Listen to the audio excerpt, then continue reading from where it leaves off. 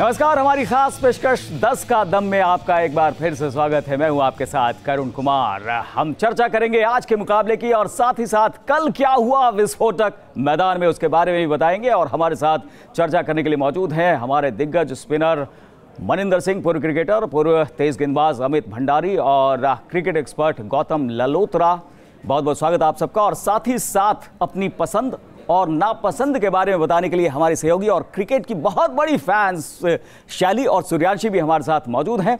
इनसे भी जानेंगे कि आज किसको वो फेवर कर रही हैं, कौन उनका खास पसंद है और कल के मैच में इन्होंने जो प्रेडिक्ट किया था उसकी कितनी करीब पहुंची हैं।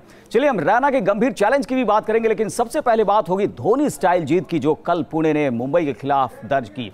कैसे पुणे में खेले गए इस मैच में पुणे के नए धोनी के सामने रोहित के सारे मोहरे पिट गए और कैसे धोनी स्टाइल में पुणे ने धमाकेदार जीत दर्ज की। मनिंदर जी, आज इसी से शुरुआत करते हैं कि महेंद्र सिंह धोनी का ये मजाक महंगा पड़ गया। क्या उन्हें आदत नहीं गई कि आप पहले तो आप रिव्यू मांग लो, आप किसी से सहमत ना हो? नहीं, लेकिन बड़े लाइट फ्रेम ऑफ माइंड से उन्होंने इशारा किया था। उनका कोई ऐसा, तो फिर ये दोषी मान लिया गया तुरंत? देखिए, मैच रेफरीज को भी समझना चाहिए कि ये मजाक था। उन्होंने एक हल्का सा मजाक किया था मैदान के ऊपर, उनको लगा वो आउट था और वाकई आउट था। क्या होता है जहां पर मजाक से ज्यादा फिर मामला गंभीर हो जाए? नहीं, अगर आप फिर इतने गंभीर हो जाएंगे मैच रेफरी, तो फिर क्रिकेट देखने का मजा नहीं आएगा। अगर आप हर एक को किसी को दूसरे को कुछ बोलने से रोकते रहेंगे तो फिर मजा नहीं आएगा। मुझे लगता है मैदान के ऊपर इस तरह की हरकतें होती रहनी चाहिए, ताकि केवल क्रिकेट के ऊपर ही नहीं बल्कि इस तरह की चीजों से भी जो प्रेशर रहता है वो लाइट हो जाए। और मुझे तो मजा आया, बल्कि मैंने जब देखा तो मुझे बहुत हंसी आई। मैं तो हैरान हो रहा हूँ कि किस तरह से उनको इस तरह से रेप्रिमांड कर दिया। आईपीएल का मुकाबला हो और उसमें इस तरह का मजाक भी ना चले तो क्या? बिल्कुल, धोनी का जो सरकाज़म है वही तो उन्हें कैप्टन कूल बिल्कुल बिल्कुल। अभी जैसे पहले जान लेते हैं और फिर जैसे मन में कह रहे हैं कि इतने लॉस चेंज हो गए ना। जब इनके टाइम में खेलते थे, मैं इसको लगता नहीं था मैच रेफरी अंपायर इतना कुछ डिसीजन देते हैं, क्योंकि अब गेम इतनी बढ़ चुकी है, टीवी इतना आ चुका है, लोगों को ये लगता है कि अगर मैंने डिसीजन नहीं दिया तो मैं टीवी पे दिखूंगा कैसे। तो कई चीजें होने लगी हैं। पर जैसे डिसीजंस की बात है, इतने लॉस बना दिए, आपको फ्रीडम है ही नहीं। आप क्योंकि आप हल्का से भी करेंगे तो आपको 1 मिनट में लेटर आ जाएगा और ये चीजें हो रही हैं। देखिए, एक छोटी सी चीज जो मेरे जहन में आई थी जब मैंने देखा था, हंसी तो आई, लेकिन मेरे जहन में एक चीज आई कि डीआरएस इसमें भी क्यों नहीं।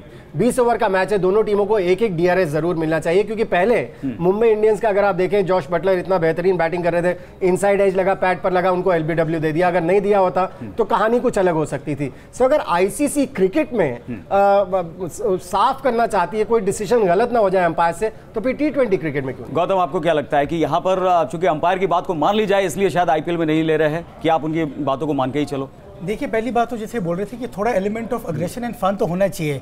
तो अगर उन्होंने ये हल्के अंदाज में कर भी दिया, इसको इतना गंभीर लेना नहीं चाहिए। एंड सेकंड बात ये थी कि अभी इतने विवाद हुआ इस डीआरएस को लेकर दोनों टीम्स के बीच में, तो ये एक नए सिरे से टूर्नामेंट स्टार्ट हुआ है। हमें देखना कि काफ़ी ज़्यादा ऑस्ट्रेलियन खिलाड़ी आईपीएल के अंदर खेलते हैं और थोड़ा सा वेंजेंस की भावना थी। तो अगर हमारे भी खिलाड़ी थोड़े रिस्ट्रिक्ट कर सकते हैं इस चीज़ को, क्योंकि हमें ओवरऑल टूर्नामेंट को देखते हैं, ये भारत में टूर्नामेंट बिल्कुल लॉन्गर रन इसको एंटरटेनमेंट के तौर पर ही देखना चाहिए। पहले एक सूर्यांशी कुछ बात यहाँ पर रखना चाह रही थी, फिर अभी जी आपके पास आएंगे। सूर्यांशी, आप धोनी के बारे में कह रही थी, लेकिन आप धोनी के खिलाफ थी कल।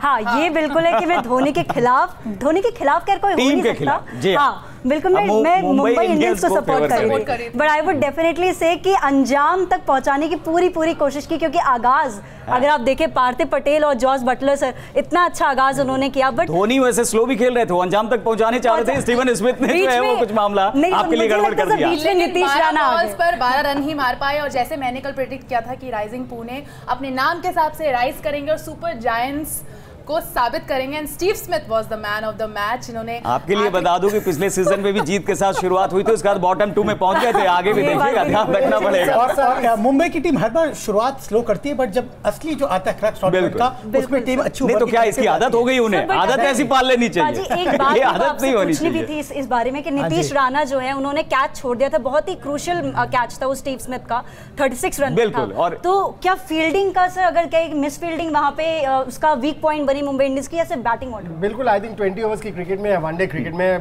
कैचेस बहुत, फील्डिंग बहुत इंपॉर्टेंट एस्पेक्ट है, रनिंग बिटवीन द विकेट्स बहुत इंपॉर्टेंट एस्पेक्ट है। और आपने बिल्कुल सही कहा, अगर वो कैच वहां पर पकड़ी गई होती तो कहानी कुछ अलग हो सकती थी। आई थिंक फील्डिंग एक ऐसा डिपार्टमेंट है जो 20 ओवर्स की क्रिकेट में बहुत ज्यादा रिजल्ट्स की तरफ बिल्कुल। और हार्दिक पांड्या की भी पारी की कुछ चर्चा कर लेंगे। बिल्कुल, मुझे लगता है कि ये बढ़िया शुरुआत हुई है आईपीएल की। अगर आप ये दोनों मैचेस देखें, काफी एंटरटेनमेंट देखने को मिली है। पहले दिन युवराज की बैटिंग, किस तरह से उन्होंने बेहतरीन बैटिंग की, 240 के लगभग स्ट्राइक रेट से बैटिंग की। हेनरी केज ने रन्स बनाए, 37 बॉल में 52 रन बनाए।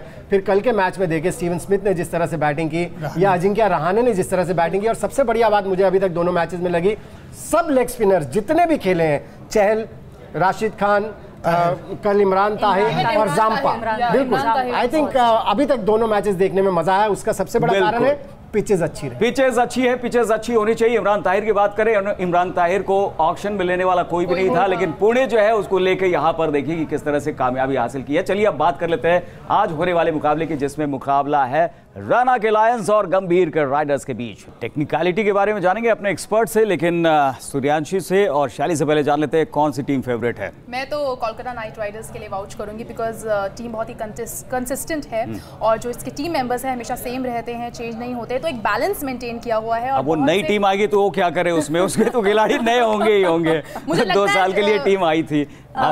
मैं भी करण जी हमेशा की तरह केकेआर को ही सपोर्ट करूंगी, नॉट बिकॉज किरण वाला फैक्टर है इसलिए नहीं, because I am not an SRK fan, but वहाँ पे जो कुलदीप यादव है और सुनील नारायण, मतलब आप दोनों कोलकाता के साथ हैं। बिल्कुल, मतलब सुरेश रैना के साथ कोई भी नहीं है आप लोग में से? नहीं, अभी लॉइन की दहाड़ से लेकर तैयार नहीं। उन्हें लेडी लक के लिए कहीं और देखना पड़ेगा। टेक्निकलिटी की बात करते हैं अमित जी, आपसे हम आएंगे। यहाँ पर बल्लेबाजी बनाम गेंदबाजी की बात कही जा रही है कि राजकोट के पास अगर देखा जाए तो बल्लेबाजी और कोलकाता के पास देखा जाए तो गेंदबाजी। गुजरात लायंस जिस तरह से टीम आई है, लास्ट ईयर टीम आई और टॉप किया था, बेशक वो फाइनल में नहीं पहुंच पाए। 2 चांस मिले थे उन्हें, दोनों चांस वेस्ट कर दिए। क्योंकि सबसे बड़ी प्रॉब्लम जो गुजरात लायंस के पास है कि जितने भी उन्होंने फॉरेन पिक्स किए, सारे ओपनर पिक्स किए और उन ओपनर्स को अपना मिडिल ऑर्डर खिलाना है। आप इस साल भी देखा, जैसन रॉय को उन्होंने पिक किया, उसको कहाँ एडजस्ट करेंगे? फिंच भी है, स्मिथ भी है और मैकलम भी है।